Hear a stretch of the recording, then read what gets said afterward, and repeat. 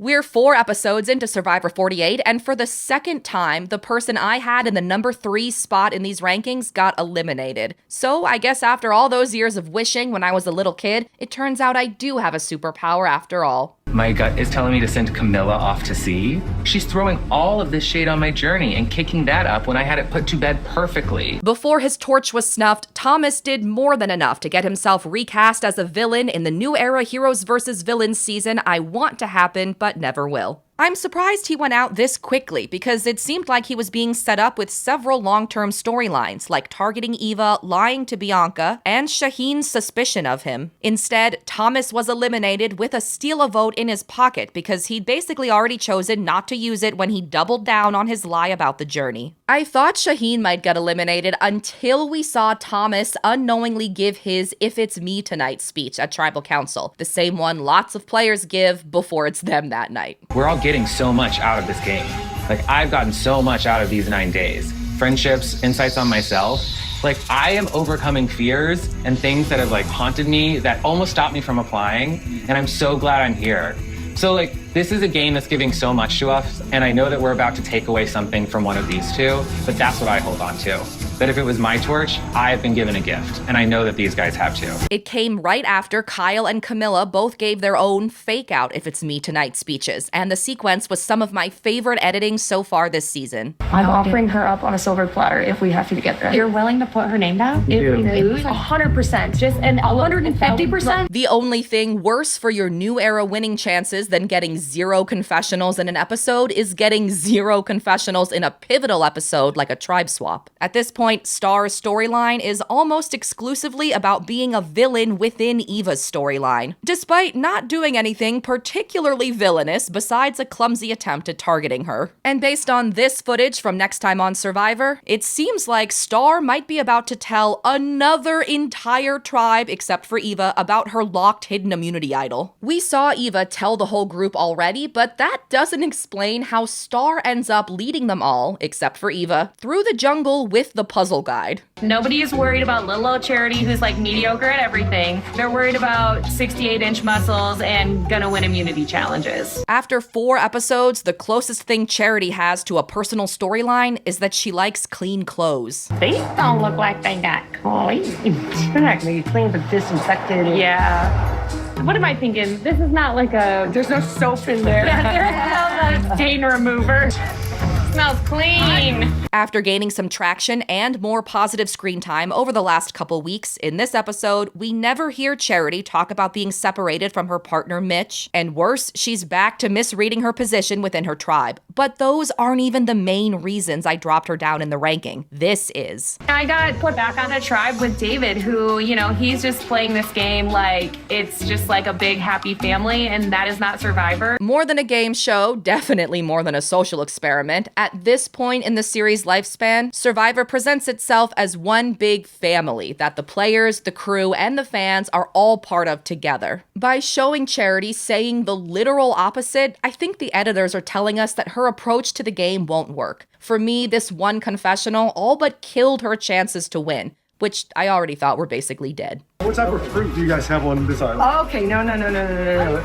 We have a huge surprise for you guys.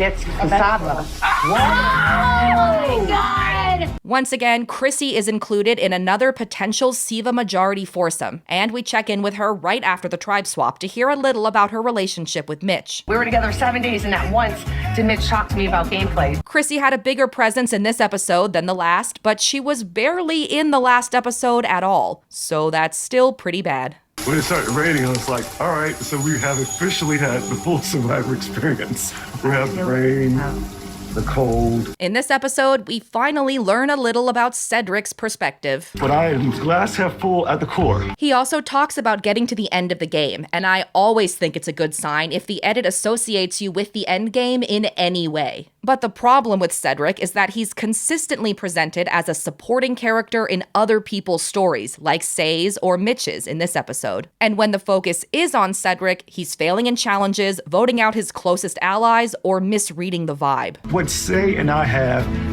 is loyalty.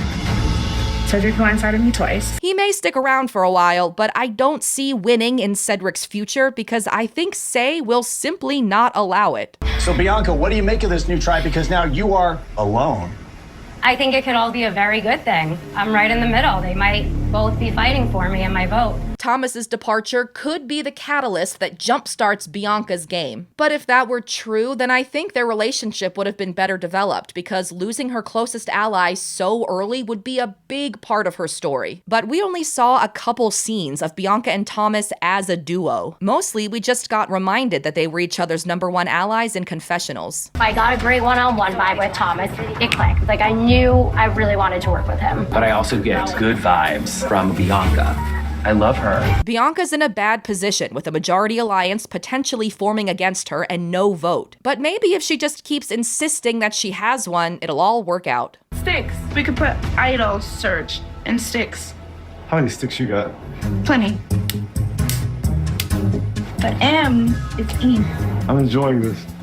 Mary, on idol hunt. Say's edit continues to get more positive, and since Next Time on Survivor depicted her as in trouble next episode, she's almost guaranteed not to be. But this was the first time that Say didn't go to tribal council, and she was still a main character, tied for having the most confessionals. The longer she consistently gets this much screen time, the less chance I think she has to win, even if she lasts to the end game. He shares with me that growing up, he used to stuff her as well, and it's like, man, like, here's someone who knows what it feels like to walk in my shoes. And yes, Survivor is a game for $1 million, but it is like so much more than that. Mitch's edit stays consistent, a combination of inspiring content, impressive challenge performances, and a sprinkling of strategy. Even though we never check in with Mitch about his closest ally, Charity, getting swapped to another tribe, this is the highest I've ranked him so far. But it's less because I think his chances to win are getting better, and more about other contestants falling out of the running. And so I think that I really do want to work with Say, if only because I don't want to work against her.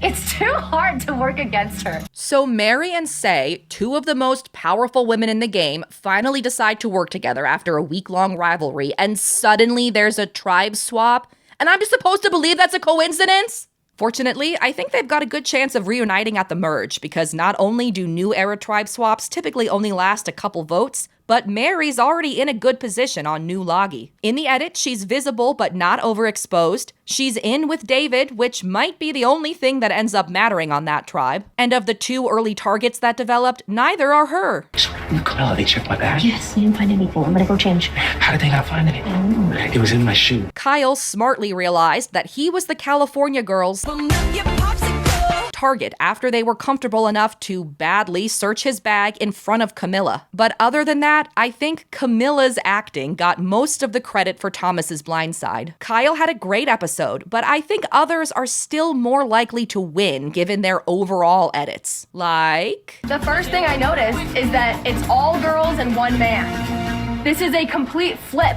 from anything in my life. I play in an all-men's hockey team. I don't have friends who are girls. This episode made one thing very clear. Eva plays in a men's hockey league. From her pregame interviews, you could already tell that Eva wasn't interested in working with women. But if you don't read the pregame interviews because you have a life, this episode would have clued you in just fine. And so would the other episodes before it, because Pick Miva has been telling us about her male-dominated life since her very first confessional less than 5 minutes into the season. I'm used to being in a big male-dominated area.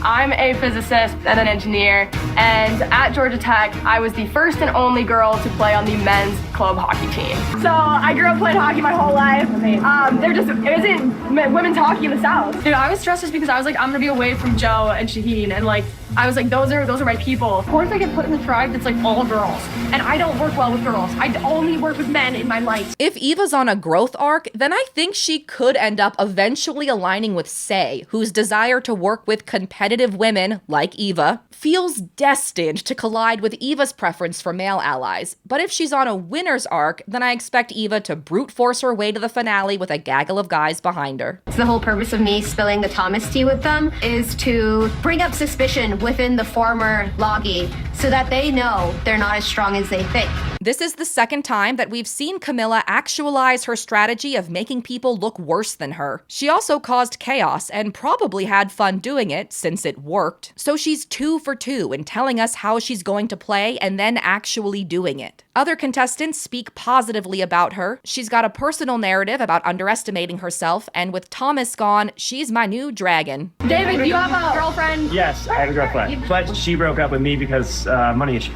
So does he have a girlfriend or not? The downside to David's edit is how little we hear about his long-term strategic plans. Short-term, he wants to eliminate Charity, and probably will, but the rest of his content is personal. At the same time, it's just about the best personal content a contestant could get. After the tribe swap, an entire segment is dedicated to how much David's new tribe mates adore him. The editors even let Star be in the episode, just to let us know that she likes David too. I've already shed some tears here. Okay, I thought I was the only one. The show wants to show us so much positive David content, it's been the subject of almost half the bonus scenes released so far. We won, baby. We get immunity. We know we're not going home. And the one thing I've been wanting, that pole spear, those fins, those goggles, because I'm catching fish, baby. Sorry, I'm just geeking out over the What's that one? So this is 3-prong, but this one's actually for bigger fish. This is, oh my God. This was made for you, buddy. This was made for you. Look at his eyes light up. Big babies out, let's go! Here I am on Survivor competing for $1 million. And what, you're telling me I have to go spearfishing, which is what I do in my free time anyways? Like, yeah. At this point in time, we have no fire. We have no flint. We have no pot. We have no machete. But these things, I'd be just fine without them. All right? But I want my tribe to feel good. I have practiced making fire with bamboo. I know I can do it. So, you know what? I'm making a fire tonight. I feel like David is a saint. He's doing so much in the challenges, around camp. Like, he's been scraping off the sharp parts of the bamboo so that we can sleep comfortably at night. He's been tending to the fire. I'm trying to help in any way that I can, but I don't know if there's any way that I can provide for David the way he has provided for me and for the rest of us. If the edit is featuring people fawning over David, it's because we're supposed to root for him. And the only person who speaks negatively about him is Charity, who we're told is on the outs and out of touch. It's like this season is just one long campaign for David to get $20,000 of Cumio money. On the new Vula, I feel as comfortable as you can in this game. I have my California Girls Alliance, which is crazy to have all 3 of us in the same tribe. Plus, we have a very well-rounded team, so I know we'll bring it home. It might be to leave Shauhin in second place after the edit chose to depict him being so wrong so many times. Kamilla and Kyle don't seem tight at all. In fact, Kamilla said, I'm on the bottom there, no one talks strategy with me. And Kyle wasn't like, no, you're not, what do you mean? We talk strategy. He was like, well, I wouldn't say that's entirely the case. Which is like, oh, okay, so she is absolutely on the bottom and you don't like each other at all. I found nothing. I didn't do like a full cavity search of his bag, to be honest, so it's possible he still has like a note or something in there. But I don't think he has an actual idol. Kyle, I heard that y'all weren't close. Yeah. Which, unless y'all are super good actors, which is like respect, I kind of see that. I don't know, I feel pretty good with my alliance. Like, it's 3-on-2. I don't think they have anything that's like gonna stymie us, so bingo bango, one of them goes home. But despite Shauhin embodying that meme where the guy slowly becomes a clown, Kyle also called him the sneakiest player on the island. And I think there's one way he can still win. And not in the delusional Big Brother 23, here's how Claire can still win way. If the next episode includes an early confessional where Shauhin realizes he was too comfortable and vows to take back the game, then I think he can recover. Yam Yam, Kenzie, and Rachel were all blindsided during their seasons. But if Shauhin doesn't get any content about righting his ship, then his game is sunk. You know, it's as if you got dressed up in the morning, you were gonna go to a great house party, I had my pants pegged, my Bo Jackson cross trainer, my pager,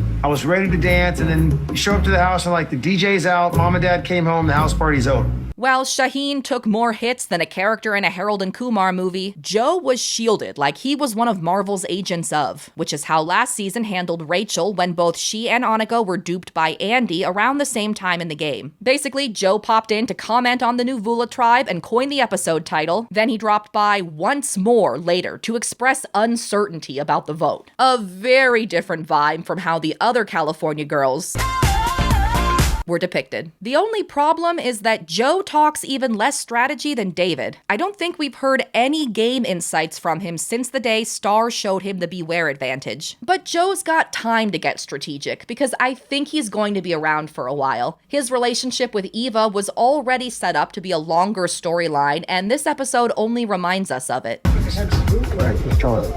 I'll see you soon, okay? See you soon.